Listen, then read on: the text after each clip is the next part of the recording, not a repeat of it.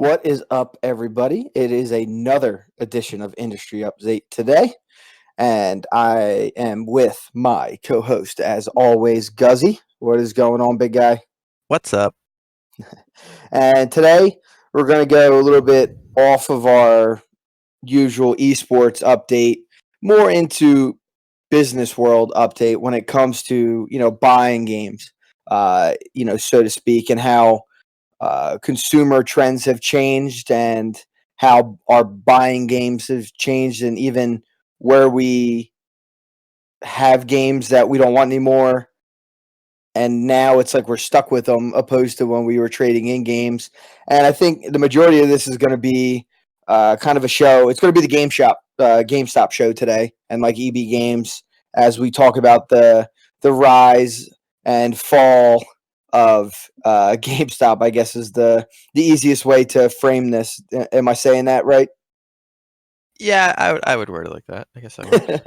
All right, it's a safe bet that way.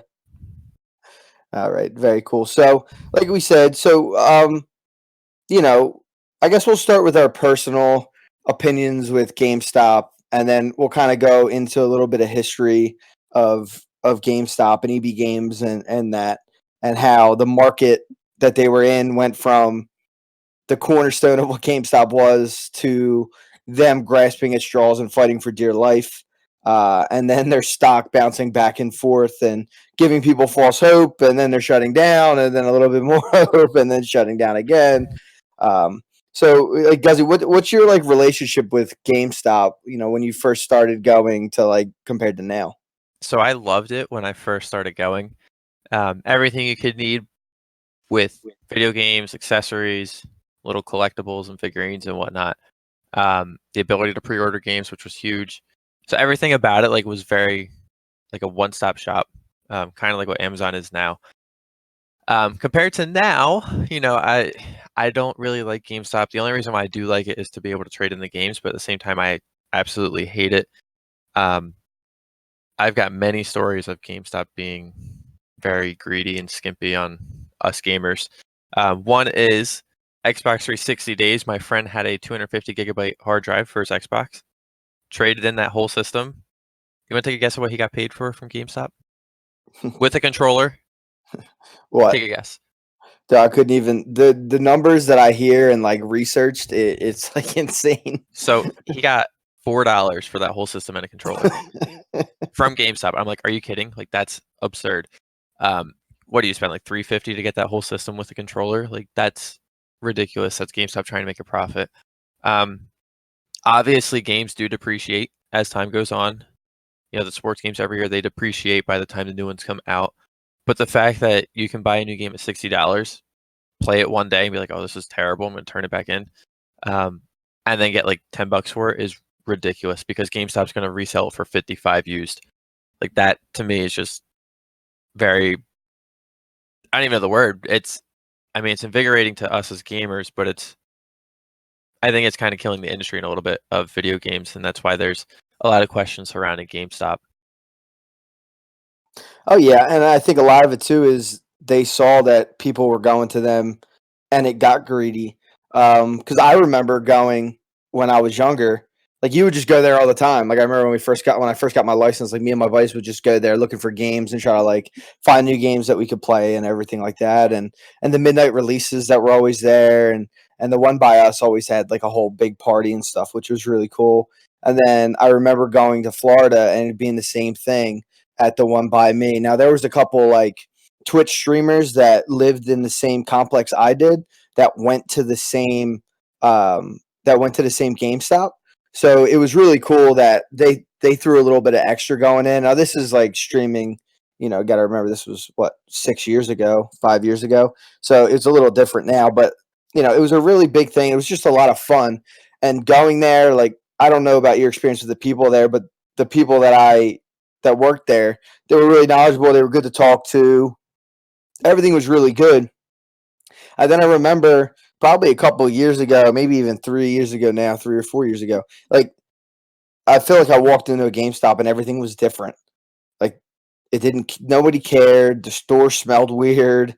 Like the games were so high priced like normal $55, $60 ones, but even games that would have originally been like, you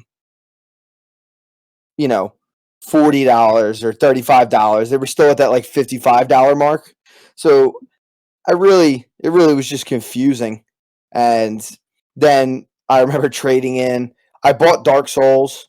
I didn't like it, and literally within like 35 minutes, I bought it back, and it was a $60 game, and they gave me $40 for it, and then it was like, Jesus, like I just bought this game.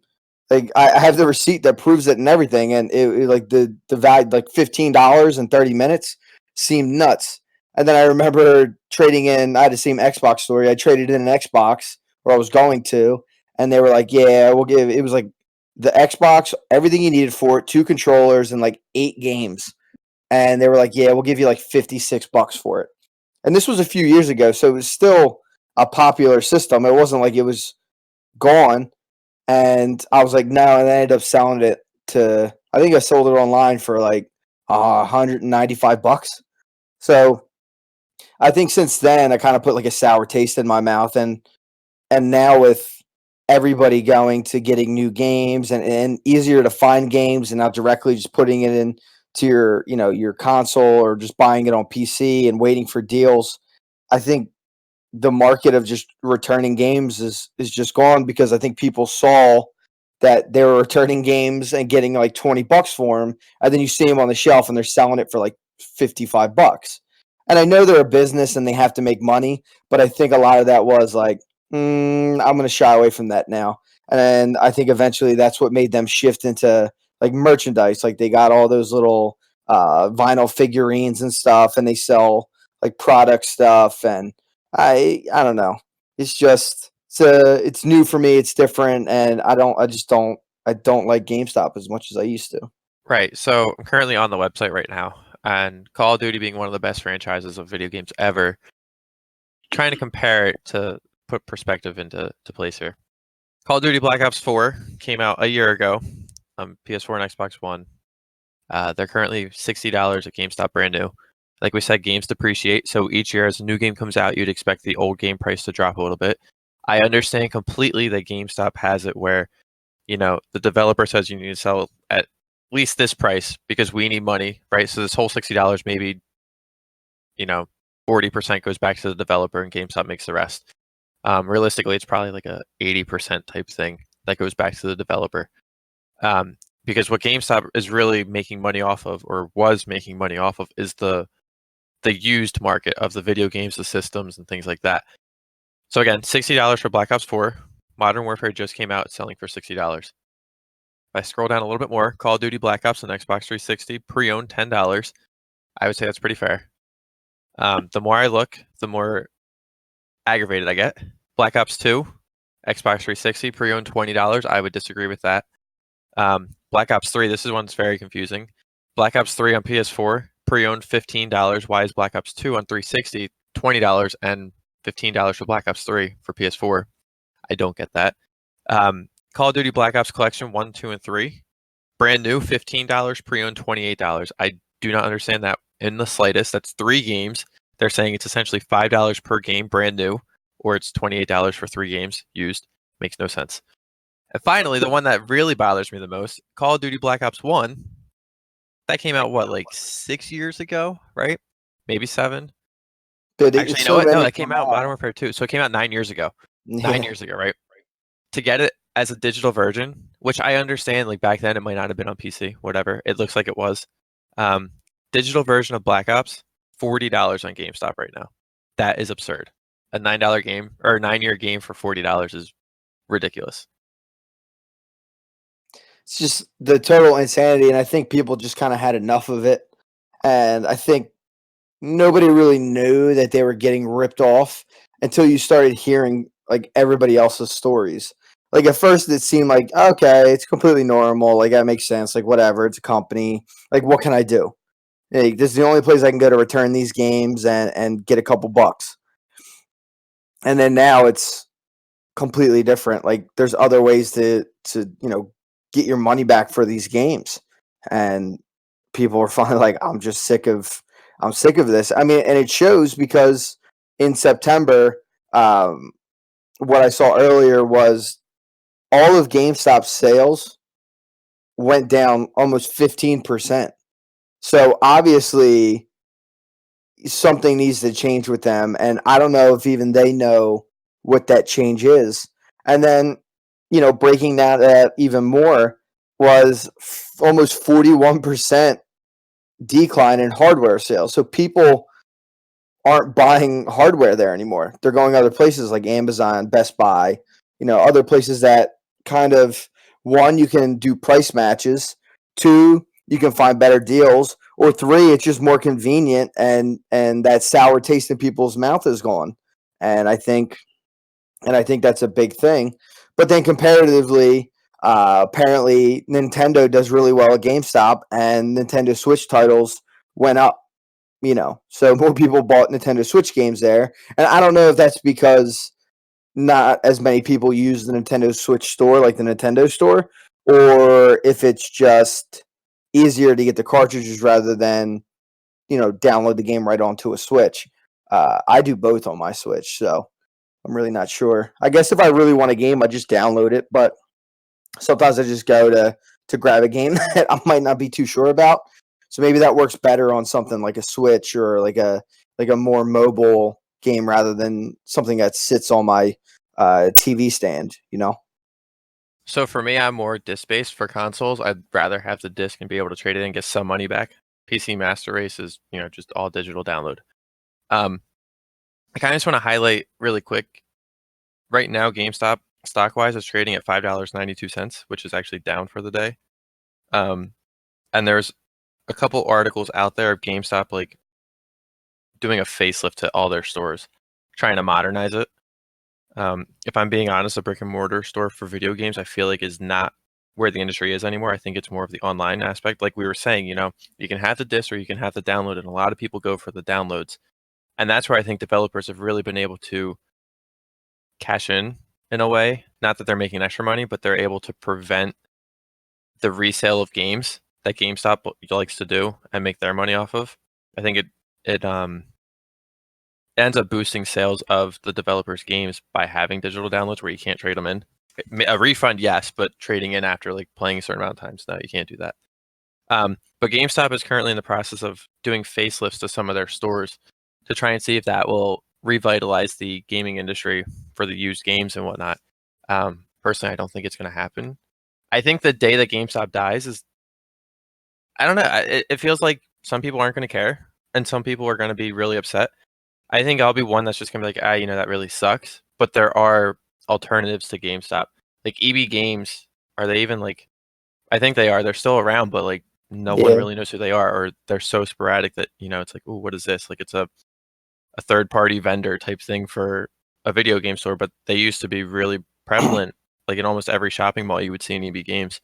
So yeah, like I feel like GameStop is really on a decline. I think especially within the next 10 years they're going to be gone. Maybe within the next 5 years they're going to be really struggling. I think they need to find a way to be like Amazon in a way where they're at least 90% online rather than a brick and mortar store. I think they're seeing a lot of people rather have the ease of not having to go to stores anymore. Now, there's always going to be the people who prefer to do the midnight release and go there and get their collectibles. And I think that's part of what GameStop has really ramped up on to try and get more people into their store are these, hey, pre-order bonus, you can get this, you can get that. And that's what people really like are those collectibles. But I think, a lot of people would rather just, hey, I can get it delivered to me same date, same time as people going to this midnight release. Like, I'm going to choose that so I don't have to, sleep in or not sleep in, stay up late or stand out in the cold, whatever it is. Like, I can get it delivered to my door and start playing right away too. Yeah, and that on-demand need by a lot of gamers is a really good reason. Just to backtrack a little bit, one, EB Games is a part of GameStop. They were bought by them, and EB Games is located in Australia. I know it's where people go, like in Australia. I've worked with a few Australian people, and I know when they go to games, like when they wanted to get games, that's where they went.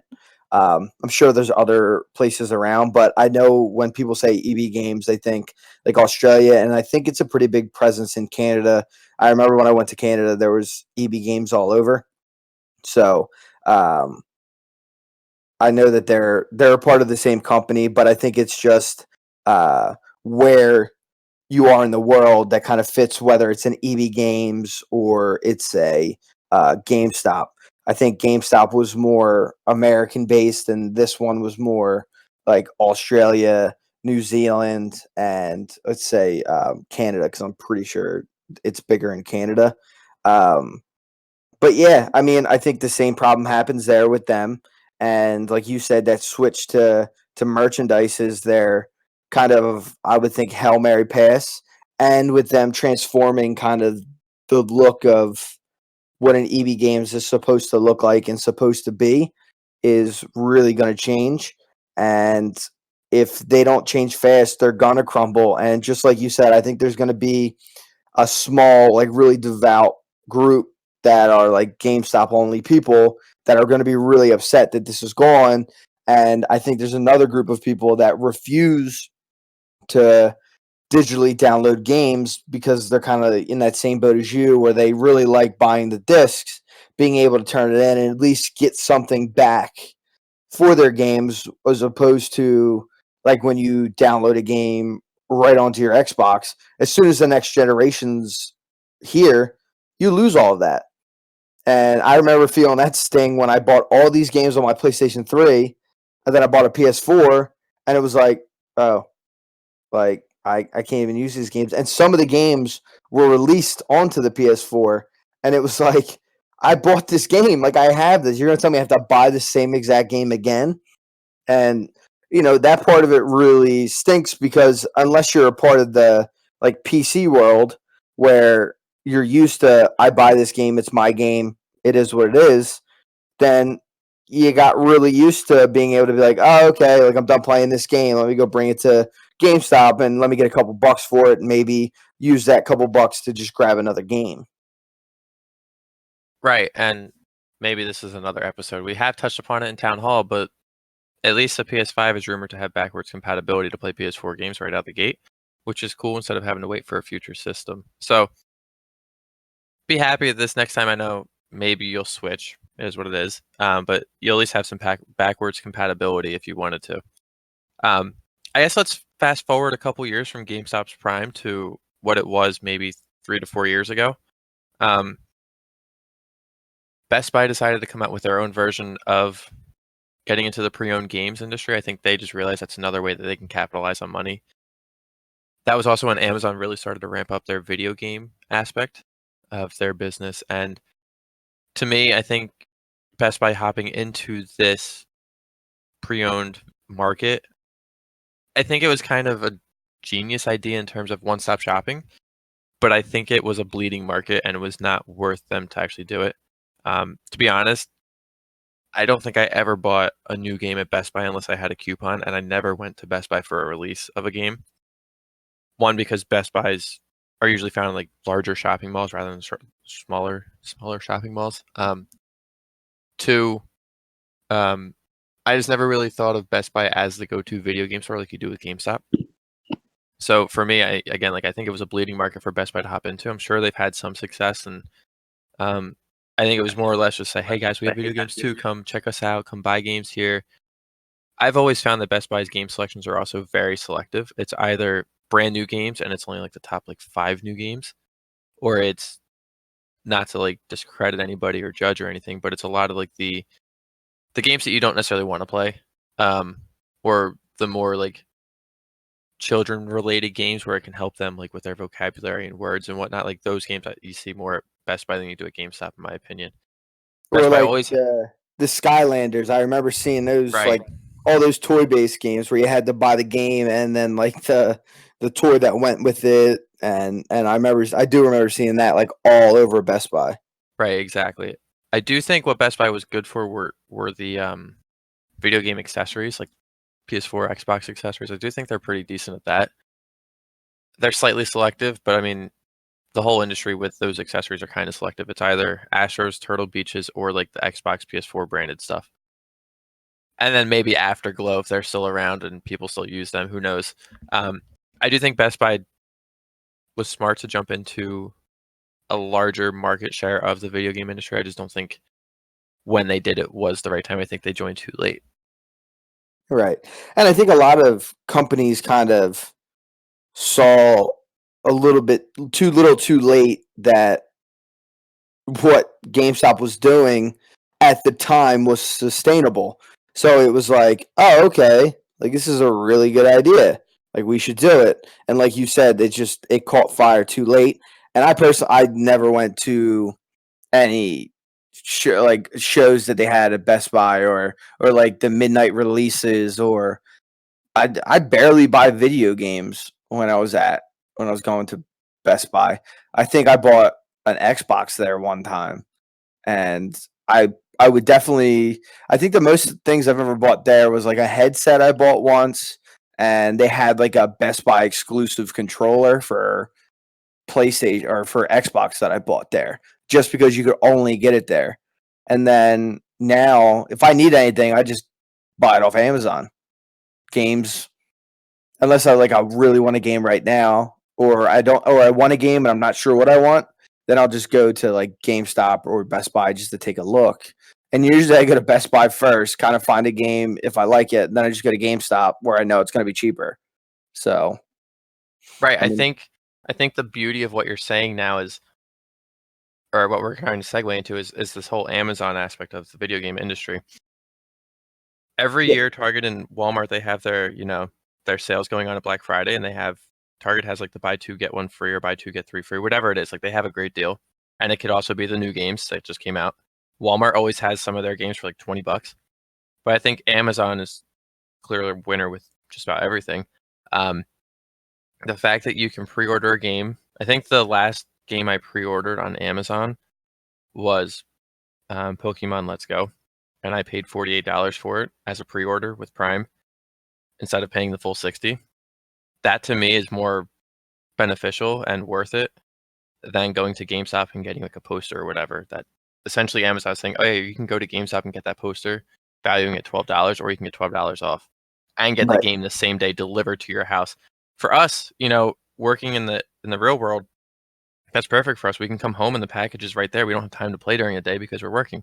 right, For some kids, that I think this whole topic is kind of our opinion based off of how old we are now, and right, that we don't have as much time to play video games. But at the same time, it's like, the younger kids, I bet you they do use Amazon, because again, they're also in school, so they can't. I mean, I knew a lot of people that would skip school for these releases, but I know a lot of um, people that would skip work for certain releases. right, So, right. So it's kind of like, are they using Amazon? I actually do believe people would use Amazon over GameStop and whatnot, no matter what their age is, just because Amazon is that all-in-one shopping platform where you can get your game the same day, pre-order it cheaper, things like that, gets shipped to your door the same day. I remember when Amazon first started doing video games, I think they said, oh, you can get it within like the first day or two of it coming out. And then I had gotten, I think Black Ops 2, I got like a special edition. They're like, oh yeah, it'll be 2 days after the release. I was like, wow, that sucks.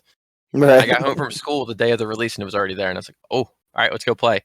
So like there are certain aspects that you can actually benefit from with Amazon. So to me, I won't buy any video games unless it's like through the PlayStation Store or like online PC. Like I won't buy any games disc-based unless it's from Amazon.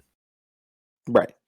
No, I definitely agree with you. And I think another problem that GameStop had was that there were so many stores. Like there was 2 stores in the mall, and then the strip mall right down the street, there was another one. So you had 3 EB Games within like, I don't know, I would say like 2-3 miles of each other. And and 2 of the 3 were downstairs and upstairs in the same exact mall.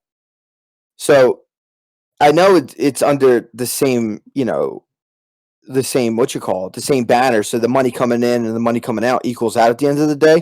But you're still paying, to rent a space in a mall, and the less people shopped at mall, the more expensive the rents got in malls. So you're really just losing money at the end of the day. So I know when GameStop's talking about closing like 200 or more stores, like a lot of those stores are probably right next to each other, where instead of losing money on all this, rent that they're paying and all the fees it costs to keep a business open, you could consolidate those 3 stores within a few miles of each other and have one store and have everybody go into that store and only pay one rent. Especially with them, like you were talking about, getting ready to update their stuff. I mean, it's going to be a lot easier to renovate stores when there's less of them. You can put a little bit more money into each store and make that store a little better, and at least knowing that you're giving this a good shot.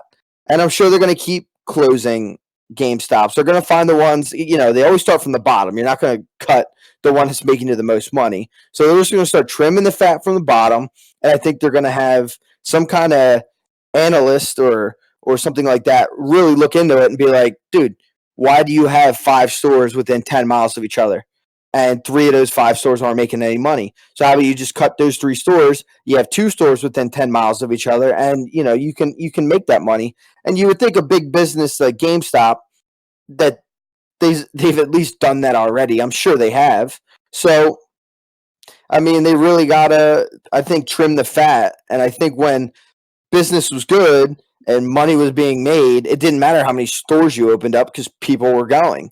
And now with Amazon, taking over the world, like Disney is, I mean, it's just money's spread a lot more thin now, and you have to really make sure that, especially in a brick and mortar where they're going down left and right, even like the OG brick and mortar stores are going down.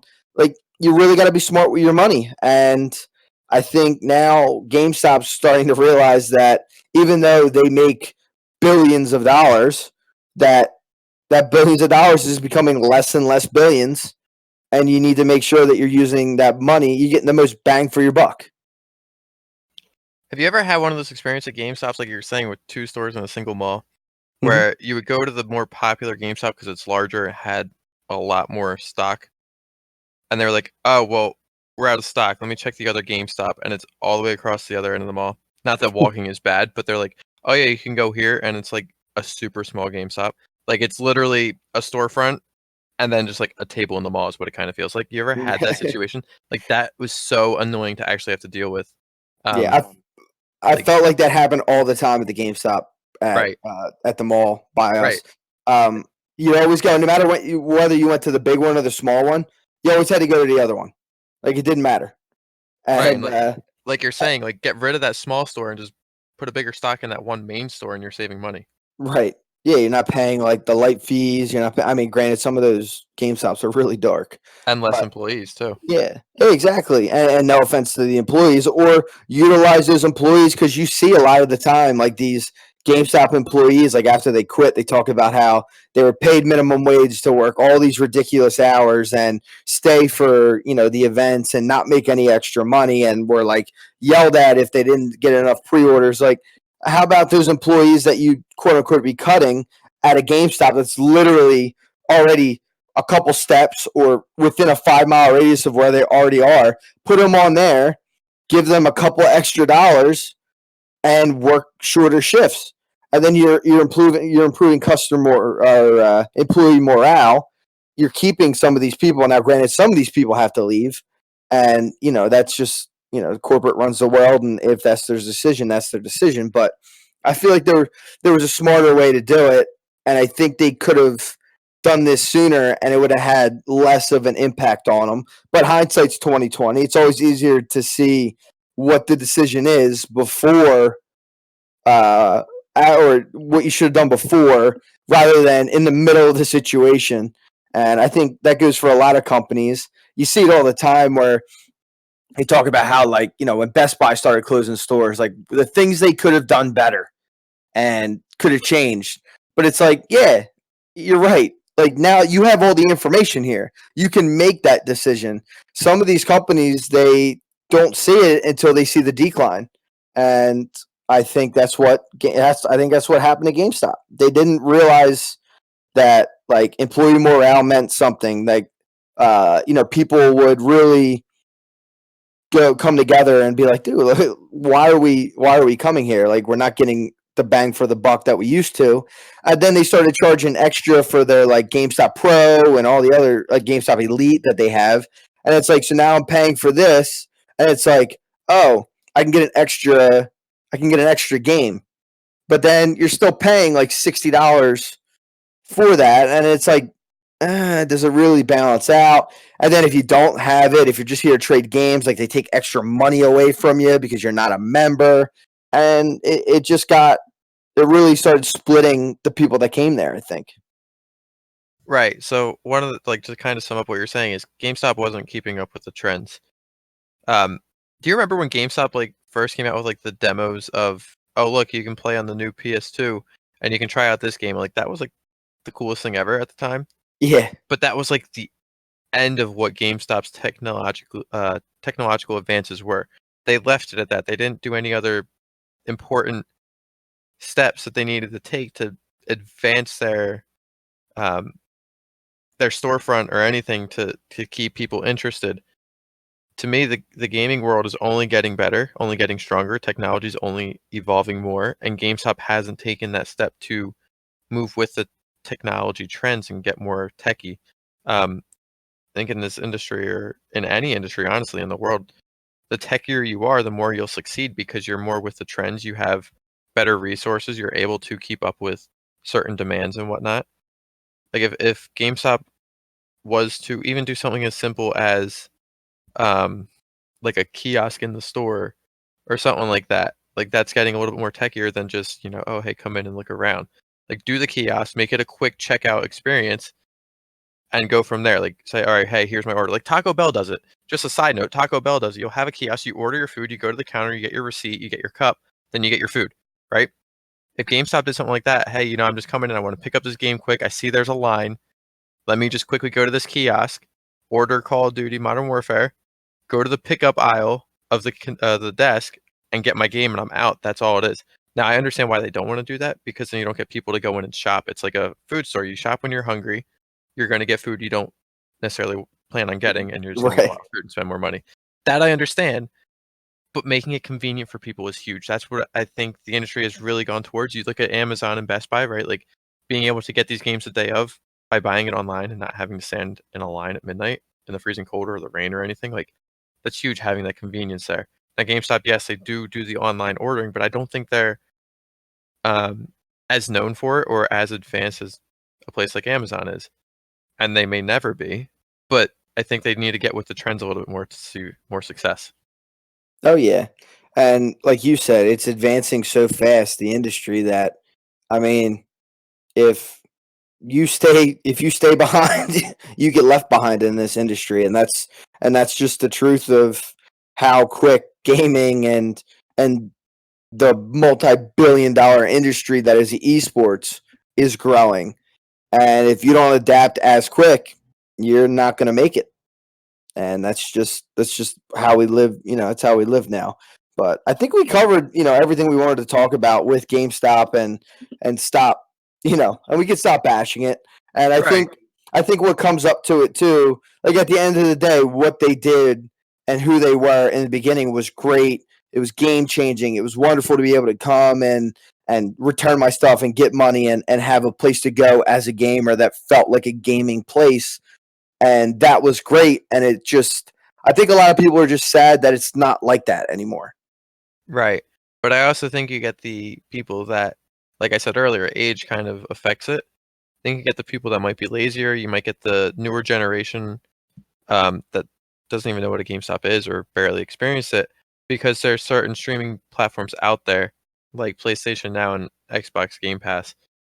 Granted, not every game is on those streaming platforms, but the fact that it's a monthly fee, what's Xbox, like $10 a month? Yeah.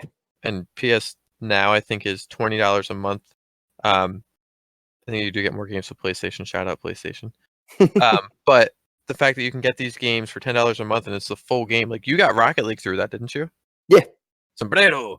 So like, That's right. and think of the countless hours we had fun with playing that game just because you got the Game Pass and were able to explore other games and you didn't have to pay $60 to get a game and then go return it for $5. You were able to try it essentially the full game demo the full game on your Xbox and choose if you liked it or not. You could delete it and do whatever you want with it. Like that's actually very cool.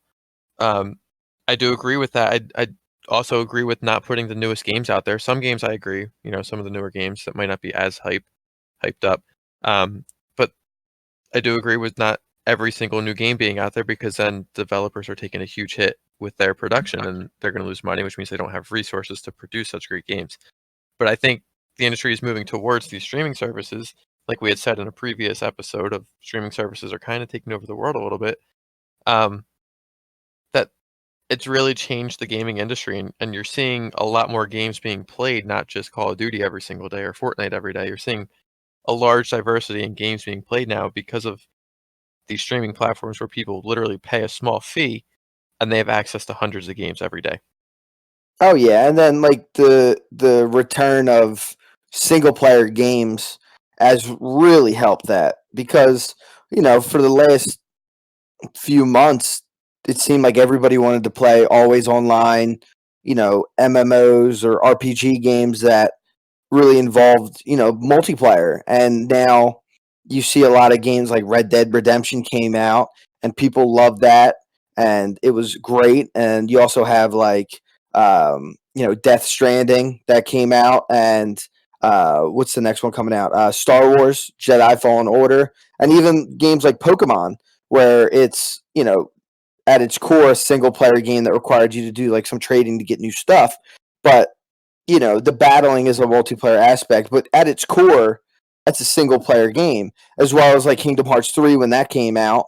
Like these single player games are really showing back up. And the other thing, like you said too, is there's a lot of independent companies that are still independent and producing games and different types of games and ways to differently play games, where everybody can find some kind of taste in what they really like or don't like. And especially with these streaming services, like me, I would have never just went out and bought Rocket League.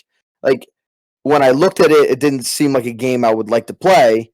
But then when I had the streaming service, like I'm already paying for the streaming service. They have all these games. Like I have nothing to lose but to try a bunch of these games. And there was many a sleepless nights of us playing that game all night and having fun. So I mean, I can definitely see that that's where it's going, and it'll be interesting to see. Right. And I think being able to play these older games that we all loved is also a huge benefit. Because you can't do backwards compatibility with every game. So being able to have some that might be remastered and able to be played on these new gen consoles, they're not next gen anymore, they're new gen, I Right. guess. That also really helps a lot of the gaming industry. Oh, I completely agree. And we talked about this a lot longer than we thought we were going to talk about it. So Right. we did a really lot. So instead of talking about our next topic, which was going to be like esports teams, I guess we can just kind of give like a sneak peek of what we're going to be talking about when it comes to that, and we'll just save it for next week's industry update. So I think what we're going to talk about is how the basic structures of what esports teams look like, how they're financed, because there are some teams that are owned by companies and organizations. Others are funded by the tournament wins, and that money kind of trickles down to the players. Others are just independent players. Some games kind of fit better with certain team play styles, and some teams even host tournaments to raise funds for their tournaments. And I think it's going to be really interesting, because I know there was a couple articles that you found talking about how now we're at the point where these teams are like extending contracts of just individual players and of team names, rather than being like, hey, we started this team, like we'll figure it out after this. It's becoming like a really big lucrative business. Right. And it'll be very interesting to see how it all falls into place with these large sports teams being able to purchase these other teams and use their resources to the benefit of the gamers. But realistically, video gaming, while it is a sport, it's a completely different mentality to have different training regimen. It's going to be very interesting to see how these sports teams can actually translate that into video games and make it successful. Oh, I completely agree. So we already have some research done on it, and I'm sure in a week's worth of more information in an industry where something drops every day, we're going to have some more information to bring to everybody. And I think that's it for us today at Industry Update, which is here part of the Gaming Grounds Podcast Network. Thank you for listening. I really appreciate it. I know everybody here does as well as we grow and develop and kind of find ourselves as a podcasting network. Guzzy is a very analytical person, so he looks at those analytics probably every 5 minutes, hitting the refresh page. And it's awesome to see that we're growing and we're going into different states and now even to different countries and have continuous viewership and new and exciting people listening. It's fantastic. So from everybody here at Gaming Grounds Podcast Network, thank you so much. And we continue to hope to give you good content and even make our podcast better every week is what we strive to do. And I think at this point, this is when I send it over to Guzzy so he can give his little plug about our social media networks. All social media except for Instagram is Gaming Grounds Network. Twitter is at Gaming Grounds N. Thank you to those who like our Facebook page. And we are doing YouTube videos as well now, so go ahead and hit us up there. We appreciate any comments and feedback. We're on all major podcasting platforms. I dig it. So from everybody here, thank you for listening, and we'll see you next week. Deuces.